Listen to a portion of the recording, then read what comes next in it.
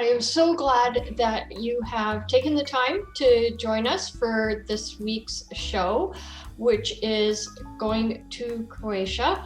I hope everybody is enjoying these weekly little trips as much as I am. I know everybody is probably very much missing actual travel, so it's great to get this little opportunity to go explore destinations and to learn a bit about other places that may one day be kind of on your list of somewhere that you want to go and see. So today we are heading to Europe and we're going to Croatia. So let's get started. Hopefully anybody else that's going to join us can kind of catch up. We will record this show, so if you have to leave early, and today's show's not that long. I expect maybe about half an hour long. So, but if you do have to leave early, or if you want to share this show, for sure, there will be opportunity because it will be recorded, and I will send you a copy of the recording.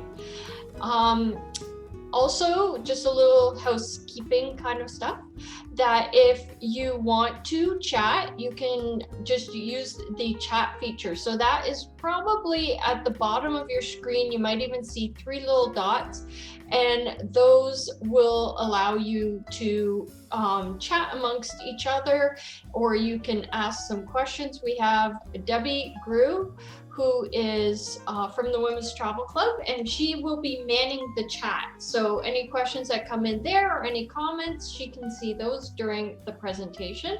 But if you do have some specific questions that come to mind about Croatia or anything that we talk about in the presentation, please type that in the question and answer spot. So again, it should be in your toolbar, possibly, it depends how you've set yours up, but maybe at the bottom or the side of your screen, you'll have your toolbar and it'll say Q&A. And in there, you can type any questions that you might have.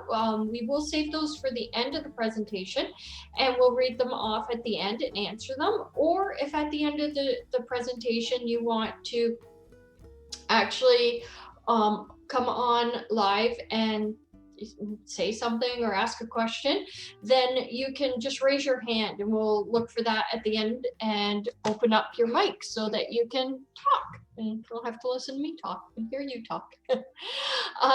So let's get a little started and we'll head to Croatia in just a second. First, I'm just going to tell you a little bit about the Women's Travel Club and who we are.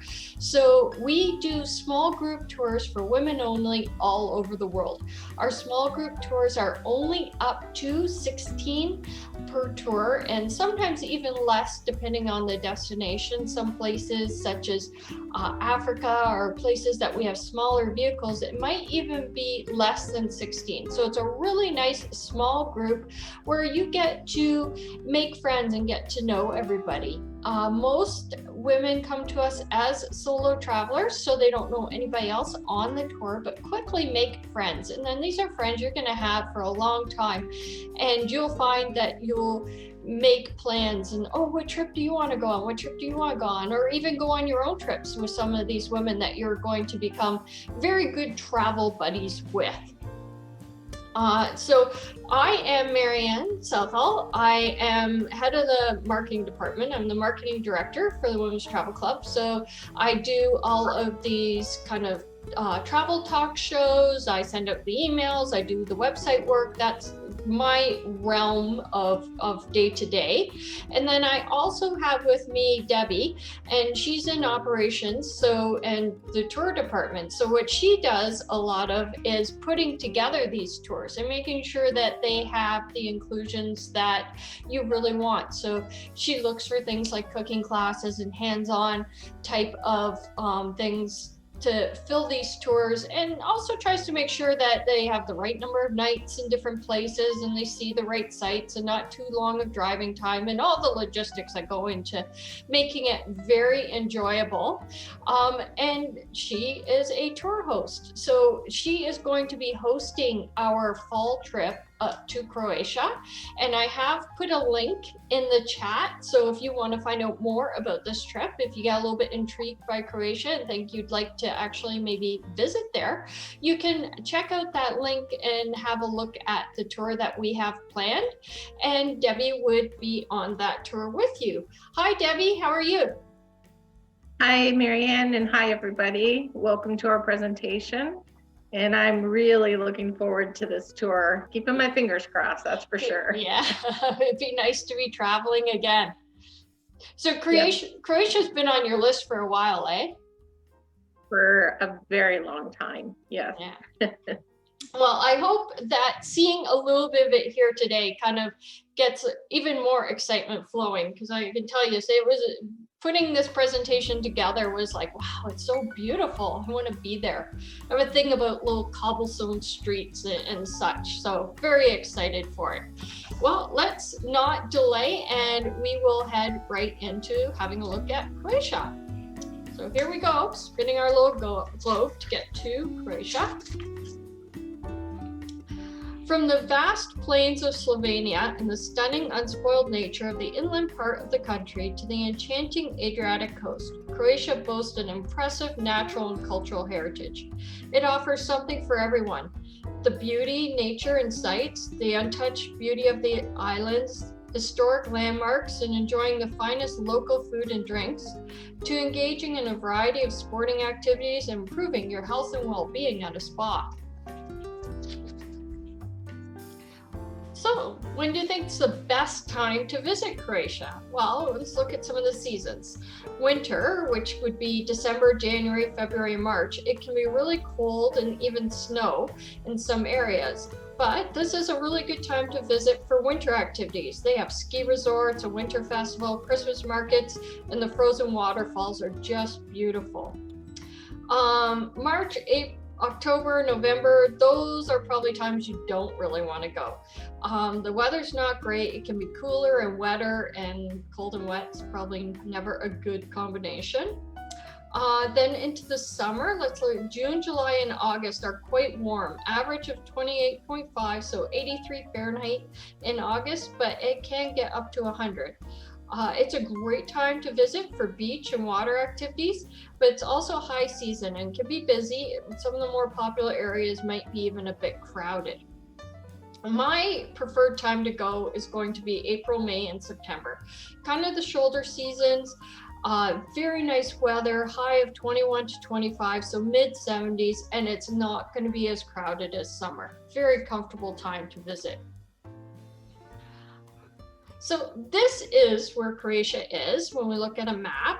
It's on Europe's Balkan Peninsula, and it's bordered by Slovenia, Hungary, Serbia, Bosnia, and Montenegro.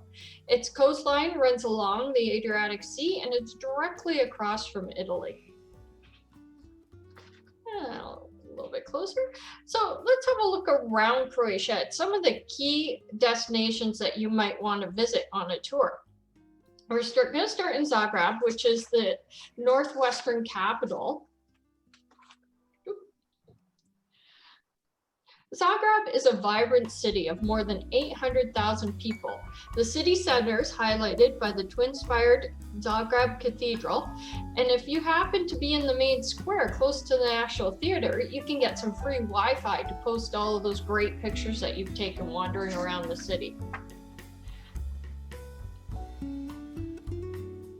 The city is divided into three parts: the upper town, the 1,000-year-old Gornji Grad, which contains the presidential palace, the iconic St. Mark's Church, the Croatian Parliament, and museums and galleries, which are all set in cobblestone streets lit by gas lamps.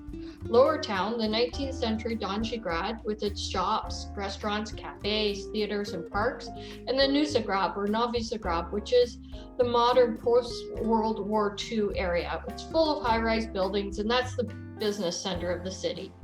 Zagreb is made for strolling. Picture yourself wandering through the upper town's red roof and cobblestone glory, peppered with church spires. This is a city that loves to live outdoors and socialize. With the arrival of warm weather, the streets and squares of the lower town spontaneously turn into a big living room, and the city's citizens move their social life to the cafes and parks. In Zagreb, an invitation to coffee is actually a secret code. It's an invitation to a long and casual, relaxing meeting under the open sky. Zagreb is called the city of museums, as there are more of them per square foot than any other city in the world.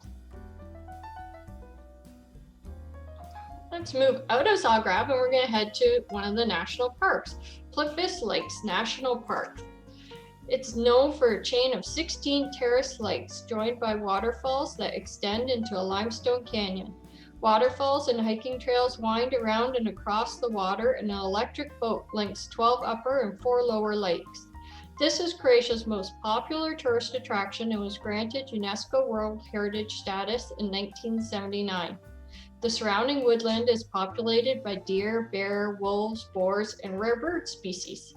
And it's just beautiful. I think this is one of the places I would most want to see. Although some of the historic areas really have my eye too, but just absolutely stunning. So, keeping in with the national parks, we're gonna head down to another beautiful waterfalls park on the Dalmatian coast. It's Krka National Park. Krka National Park runs from the Adriatic near Sibenik inland to the mountains of the Croatian interior. It's a magical place of waterfalls and gorges with rivers rushing through a canyon 200 meters deep. An unforgettable experience is taking a dip in the emerald pools and swimming right under the Krka waterfalls. So you can swim in Krka, but you cannot in Plitvice. So if it's warm and you feel like swimming, then it's got to be Krka. And we'll just head right outside of Krka to Sibenik, which is an important access point for the Kretnati Islands. Sibenik has a magnificent medieval heart, gleaming white against the placid waters of the bay. The stone labyrinth of steep back streets and alleys are a joy to explore. Let's have a look at some of the key sites. St. James Cathedral is Sibenik's top attraction. This UNESCO World Heritage listed Gothic and Renaissance wonder is a voluminous stone and marble testament to the faith of the local people in the 15th century who clubbed together to fund it. It took over a century to build and is largely the brainchild of Croatian master George Dalmanek. Inside lies the sarcophagus of the eponymous saint, while depictions of 74 local luminaries of the day adorn the exterior. The white stone patches show where Serb shelling damaged the cathedral in the 1990s. Here's your first Game of Thrones moment, which I'm a Game of Thrones fan, so I found these interesting. If you've never watched Game of Thrones, they might mean nothing to you, but if you have watched it, you're going to recognize some of these places. So fans will recognize the cathedral from Bravos as the House of Black and White and the Iron Bank, which watching the series, I didn't realize they were both the same setting. Okay, so we're gonna move on. This is St. Michael's Castle or St. Michael's Fortress. It's an iconic fortress that hangs omnipresent over Sibenik. It's been spruced up and has had its future secured thanks to a major European Union grant. Today's medieval fortress is a sturdy, rugged affair, but still very much integral to the structure of Sibenik and popular open-air concerts held here in the summer. So you can't really see from this angle inside, but just inside is a huge, very modern amphitheater. So they have lots of concerts there right on the water's edge in this kind of ancient old fortress, which I think would be a really cool place to see a concert. And just outside in the water, or just out in the water, is another fortress. It's the St. Nicholas Fortress. It was fashioned by the Venetians to protect the city against the threat of the Ottoman attack. Guarding the narrow St. Anthony's Channel, which leads from the open sea into the city, is one of only a handful of such structures left standing anywhere in the former Venetian Empire. Tour boats can take you out to the fortress and you can go through and explore inside. Okay, I'm gonna head a little bit down the Dalmatian coast, and we're gonna head to Split, which is Croatia's second largest city. It has a unique setting. Its dramatic coastal mountains act as the perfect backdrop to the turquoise waters of the Adriatic. It was the Romans who put Split on the map when Emperor Diocletian built his retirement palace here in the 4th century. Let's have a look at some of the things you might want to see and do around Split. Diocletian's palace, taking up some prime harborside position. This extraordinary complex is one of the most imposing ancient Roman structures in existence today. But don't expect a palace, though, nor a museum. This is the city's living heart. It's a labyrinth, streets packed with bars, people, restaurants, shops. The palace was built in the 4th century from lustrous white stone transported from the island of Brac, and construction lasted 10 years. Diocletian spared no expense importing marble from Italy and Greece, as well as columns and 12 sphinxes from Egypt. Each wall has a gate in its center that's named after a metal. The northern Golden Gate, the southern Bronze Gate, the eastern Silver Gate, and the western Iron Gate. This is where you will spend most of your time while you're in Split. And Game of Thrones moment again. If you are a Game of Thrones fan, this might be a familiar sight. The cellar at Diocletian's palace is the filming spot where Daenerys kept her dragons. Okay, so let's go to explore Old Town. You're definitely going to want to explore this maze of streets and cobblestone lanes that sit around Diocletian's palace, full of shops, and there's little restaurants. And the People's Square is at the heart of Old Town and the perfect place to find a restaurant or cafe. Or why not stroll the Riva Promenade with palm trees, colorful buildings, and great views of the Adriatic? Or go on a wine tour. Croatia is known for its Zinfandel, but there are other great varieties that should be tried. You just have to taste them to find your favorite. This imposing fortress is perched on an unscalable cliff that looms over a gorge between Mozart and Kozak mountains. This is the best route from Bosnia and the Croatian hinterlands to the Dalmatian coast. Control the fortress and you control a huge chunk of Croatia. Although crucial to Split's history, the Fortress of Klis was little more than a crumbling outpost until Game of Thrones happened. In Season 4, released in 2014, Klis Fortress was transformed into Marine, the largest of 3 great slave cities. It was the best thing that happened to Klis since the Croatian Duke Mislav made it the seat of his duchy in the middle of the 9th century. Suddenly, funds were found to rehabilitate the ancient fortress and turn it into a tourist attraction. The project has succeeded marvelously. Not only is it a restored fortress evocative of days gone by, but a new museum at the foot of the fortress uses 3D holograms to tell the story of the fortress and place it in Split's history.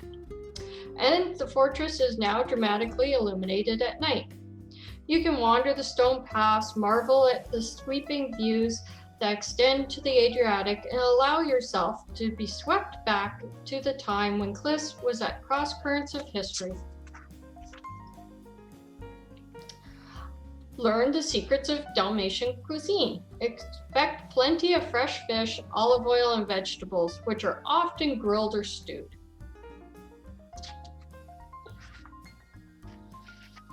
Our last stop on our virtual tour is Dubrovnik, with its distinctive old town encircled with massive stone walls. Let's explore.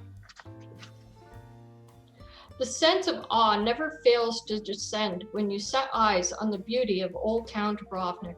Indeed, it's hard to imagine anyone not being wowed by the city's limestone streets, Baroque buildings, and endless shimmer of the Adriatic. How perfect to enjoy a walk along the ancient walls that protect the capital of a sophisticated republic for centuries. Dubrovnik is another wonderful walking town. The perfect place to start walking is the walls around the city. You get wonderful views of the city and the surroundings. It takes about 2 hours to walk around the city. After the wall, it's time to head into Old Town. The main part of Dubrovnik is compact and easy to walk. The narrow streets are filled with restaurants and small shops for pit stops and a leisurely stroll through the city. Built in the late 15th century for the elected rector who governed Dubrovnik, this Gothic Renaissance palace contains the rector's office and private chambers, public halls, administrative offices, and of course a dungeon. During his 1 month term, the rector was unable to leave the building without the permission of the Senate. Today, the palace has been turned into the Cultural History Museum, which artfully restored rooms, portraits, coats of arms, and coins evoking the glorious history of Ragusa. Game of Thrones moment here is that the front of the rector's palace is the backdrop for the scene where Daenerys Targaryen asks the Spice King of Qarth for ships to take her army across the narrow sea. One of the few buildings in the Old Town to survive the 1667 earthquake, the Sponza Palace was built from 1516 to 1522 as a customs house and has subsequently been used as a mint, treasury, armory, and bank. The first and second floors house the State Archives, a private collection of manuscripts dating back nearly 1,000 years. Though the archives are not open to the public, copies of the most precious and significant pieces are exhibited in a display on the ground floor. The Dominican Monastery and church was built around the same time as the city walls, and it looks very much like a fortress. It was built in the transitional Gothic Renaissance style and contains an impressive art collection.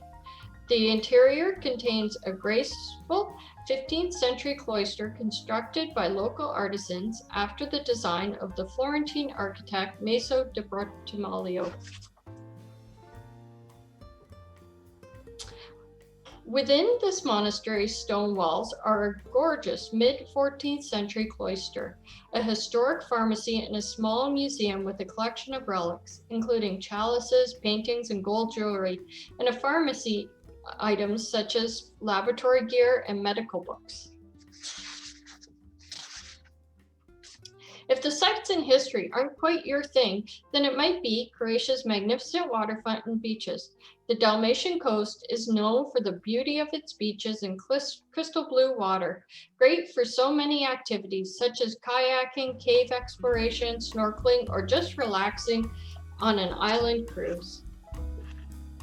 So let's look at some little facts about Croatia that you might not know.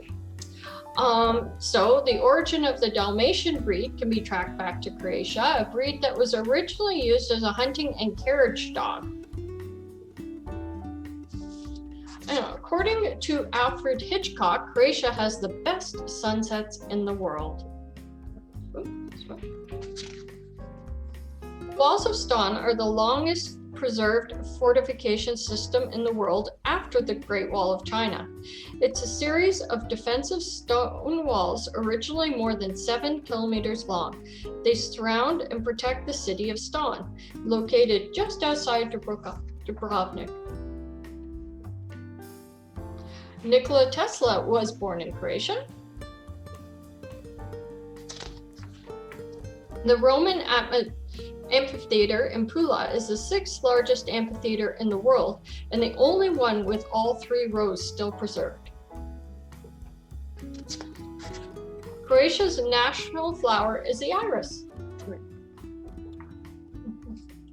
Croatia has over 1,200 islands, inlets, and isles. Look how beautiful that is. This is a great sailing destination. We really need to do a private yacht charter, I think, around the Croatian islands. And Croatians love wine. There are over 41,000 winemakers and vineyards covering 20,885 hectares of land in Croatia. Croatia is ranked 4th in the world for alcohol consumption per capita. I guess with all that wine around, you must have to drink it. Okay. Okay, and so that comes to the end of our little presentation on Croatia. Let's have a look and see if we have any questions. I don't think so. Okay. Anybody what was in the chat? Oh, Anne was just admiring the presentation and future places to go to. Oh. Okay, if you have a question, there is a spot to raise your hand. So if you can raise your hand, we can see if you have a question, or you can just type it into the question and answer. Oh, Daniela. Hi, Daniela. I've unmuted you, so you should be able to unmute and talk. Okay. Hi, how are you? Yeah, no, I was going to say this I see is just like an overall, story about Croatia, right? Yes. You don't have, you're not describing specific tours but I was Right. wondering, how long do you stay, let's say if we would have a night in Dubrovnik, or if we would have a night, some of the, where we would have nights and where we could stay a little longer, and that is something that I would be interested in. So, in a tour like this, we try and stay a couple nights at least a couple nights. Sometimes longer, sometimes it depends on what there is to see and how long the tour is.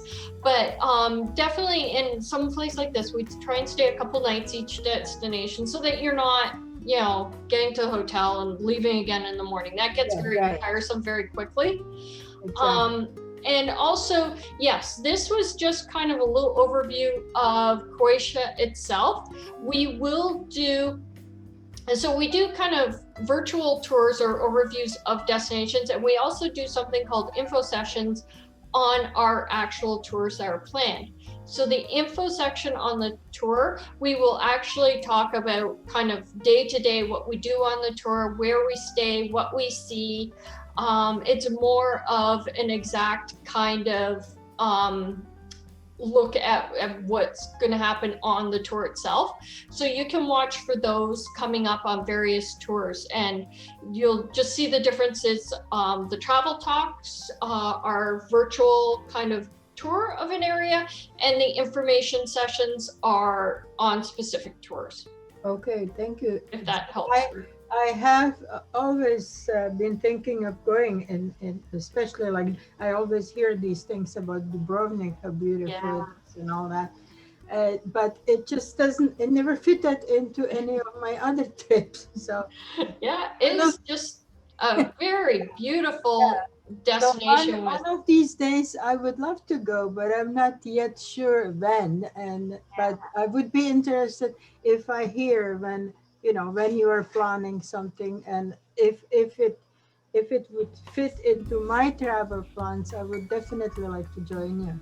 Well, there is a link. I put a link to our tour in the chat. So if you go back in the chat at the beginning, or maybe Debbie can just plop a new link in there for me. So if you want to go see all the details of the tour we do have planned. And I do see, and I'll touch on this right now, just because I see that in the question someone asked about what if we aren't vaccinated by the time of the tour happens. So of course, looking ahead to fall tours and not knowing exactly what criteria will be at that point, we are watching. And depending on criteria, so it might be that at that point you just have to have a negative test, which is kind of a lot right now with vaccines not being widely available. Most destinations are requiring testing to get into. But we're thinking as vaccines become more plentiful and easier to get, and more people are vaccinated, that's going to be the new criteria. Much like going somewhere like Uganda right now, you have to have a negative non-negative test. You have to have a yellow fever vaccine, and you have to show your proof of record. So probably coming up, I would suspect many countries will have that for COVID. You have to show proof of vaccine to get in. And it will just kind of depend.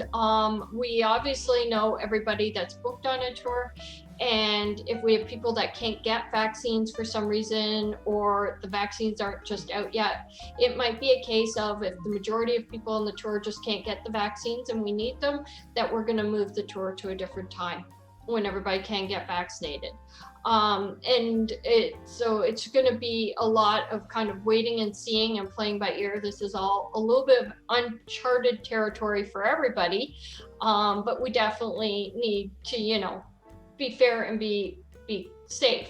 So those are our two big criteria in this, and just kind of watching as things unfold.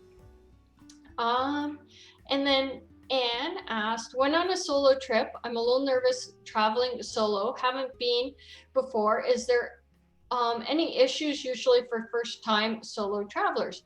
No, and it actually, because most of the women, you have to imagine, most of the women coming on the tour are also coming solo, and they won't know anybody.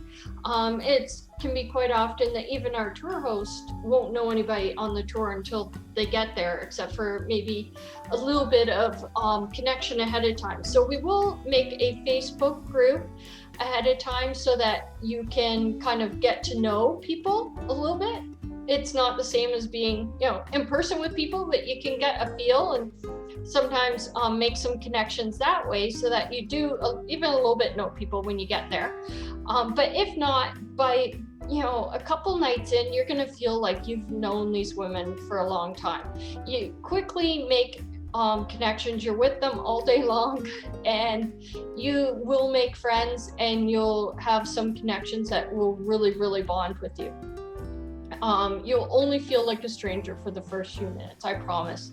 It's even people that aren't super outgoing will quickly, in that situation, make friends and get to know people. Especially if you opt to have a roommate, because that's going to be your first kind of ready-made friend that you're going to make. Joyce talked about the land and water. What about the people and their culture? So I think we talked a little bit when we were in Zagreb about the people. They're very, European, very nice, warm people. A lot of people speak English. So they say that 80% of Croatians do have a second language, and for many of them that's going to be English. So they're gonna, you're not gonna go through a whole tour not being able to talk to people. Of course, you might meet somebody that you can't speak to, but most people will be able to talk to you, and they're going to be friendly and welcoming. Any other questions? I think that's everything from, how do we match roommates? So when you book onto the tour, there is a spot that if you want to do the double occupancy, you can opt to be matched with a roommate. And then we usually only have like a few options when it comes to roommates. So it's not like we have 100 people to choose from when we're matching. So we might only have one or two options, and we tend to kind of look at things like somebody who maybe lives close to you if possible, or at least if there's somebody that lives in the same state or province, that's great. Ages we might use. We don't have a ton of information, so it is a little bit unsure. But also, once you get onto the Facebook group, so once you've booked on a tour, you can get into the Facebook group, and it's just the people on that tour, and you can start talking to people on there, and you might find that you click with somebody that's already booked, and you can then request to be roommates on that tour. And so definitely, if you know somebody, you can ask. If not, we will just kind of do our best to match with who's available. And we will also introduce you. So we'll send you each other's email, and you can connect and talk ahead of time.